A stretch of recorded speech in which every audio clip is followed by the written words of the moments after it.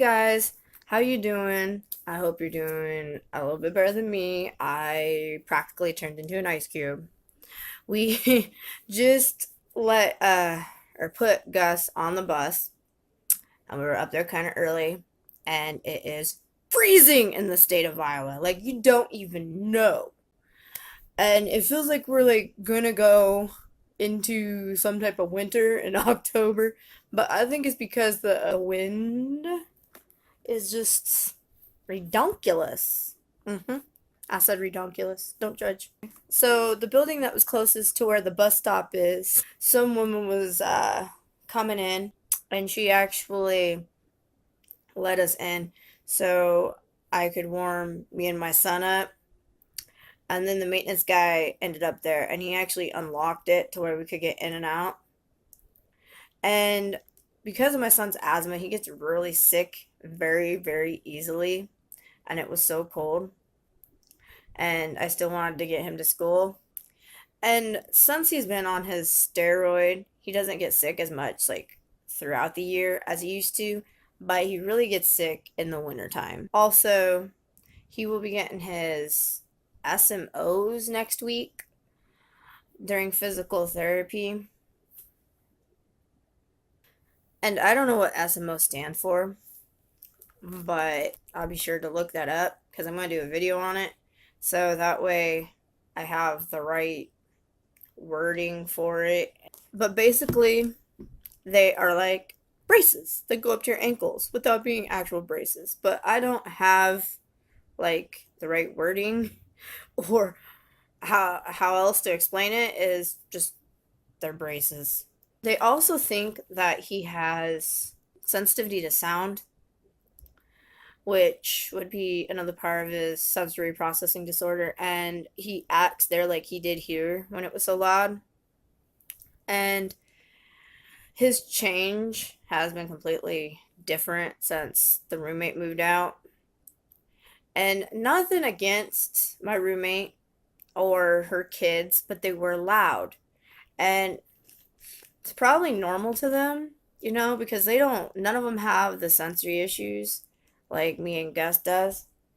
So they always ask me, how is it loud? And she would blare the TV over loud children so she could hear. And then she was mad because we went to the bedroom.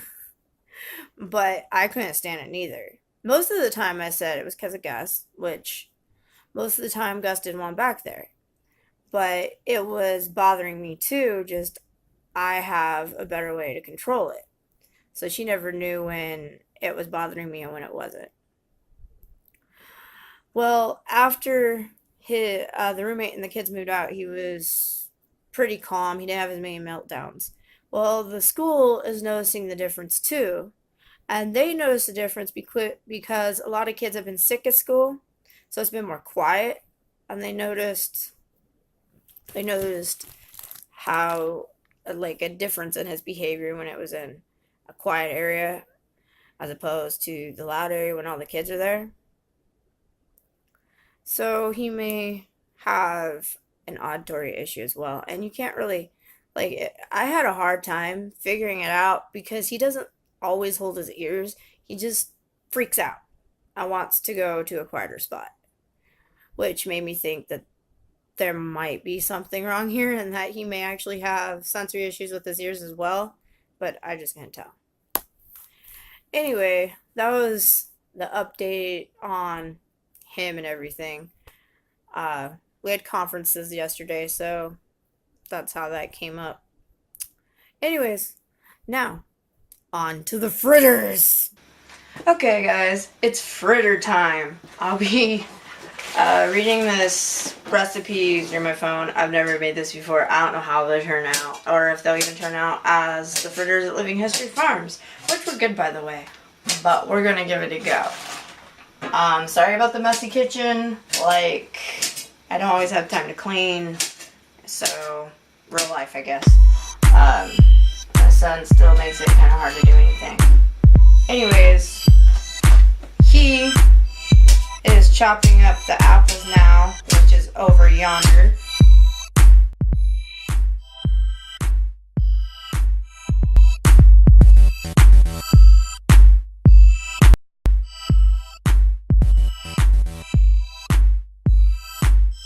Okay, first you need 2 cups of flour.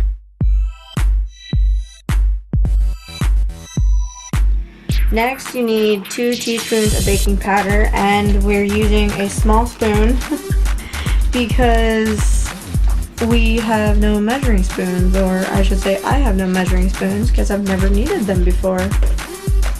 Next you need 1/8 teaspoon salt, and he is struggling with getting the salt open. Yes, the boyfriend is cooking.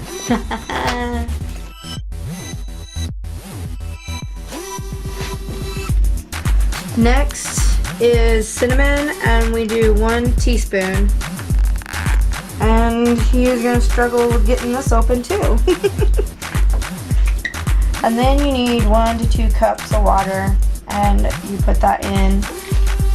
And the apples are supposed to be last, so they will be coming up shortly. I think you're supposed to stir it and then put them in. Yeah, I think you're supposed to stir and put them in too. That's what the batter looks like. We may have to put another cup of water. We may have to put another cup of water in. He started with 1 cup.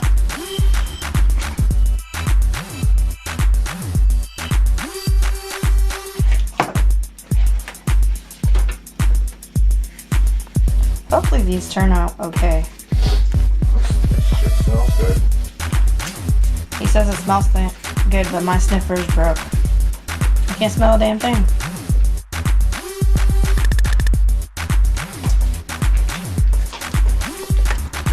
And that looks a lot better. I really need good stuff for bacon. Then it says, I know how to cook too, bonehead. I can't believe that's on this. Spoon into hot oil. So we need to clear the stove off. Well, it says add the apple blast into that and then spoon it into hot oil. And now we're gonna make the hot oil and spoon it into that. My battery's almost already dead. No wonder I don't use this camera. This camera sucks.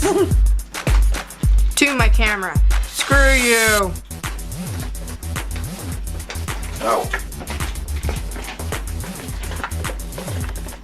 Well, that's starting to look pretty good. I've done a little baking in a little bit.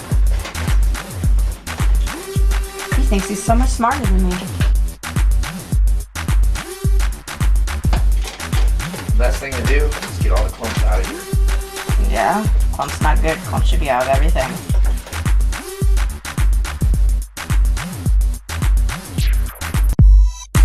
Hold on. Ta-da! Looking mighty fine, I should say. Man, all the hard work I put into this.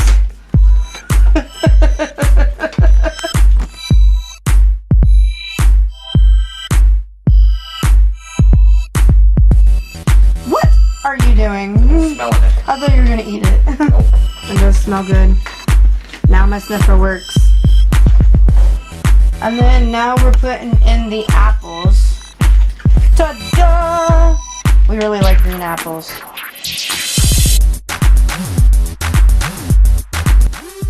Oh, it'll give us time to let the oil boil. Man, I'm breaking a sweat just watching them cook. What about you guys?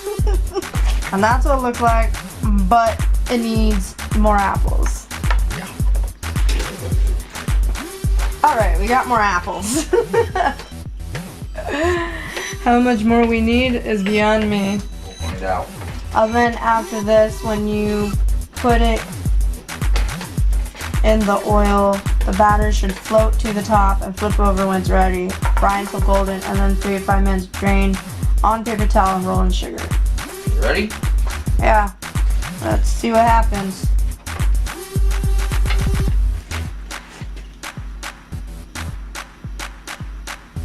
Ah! No, never mind.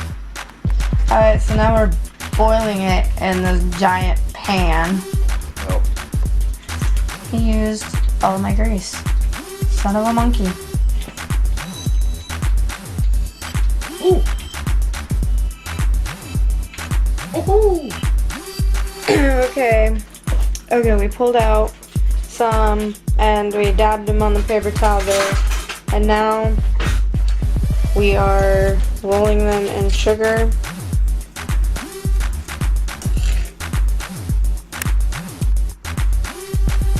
See that? Don't look that bad. We're gonna let them cool off and try them and let you know if we did a good job or not. But they did it on like an open flame. I guess he's gonna try it. Too close to your face. So how's it taste? Not bad. I can tell, like I said, they use canned apples. I'm gonna try it too. I mean, fresh apples don't taste bad. It's actually not bad. We did it! Look at that. We made apple fritters with We did actual it. cut apples. But the apples do taste a little different. So they probably did use canned apples. We got the recipe at Living History Farms. And if you haven't seen that, you should totally check it out. I'll put the link in the description box. And I will also put the recipe to the apple fritters in the description box in case you want to try it out. And thanks for watching our little adventure with a new food we tried to cook. And until next time, bye guys. Yo.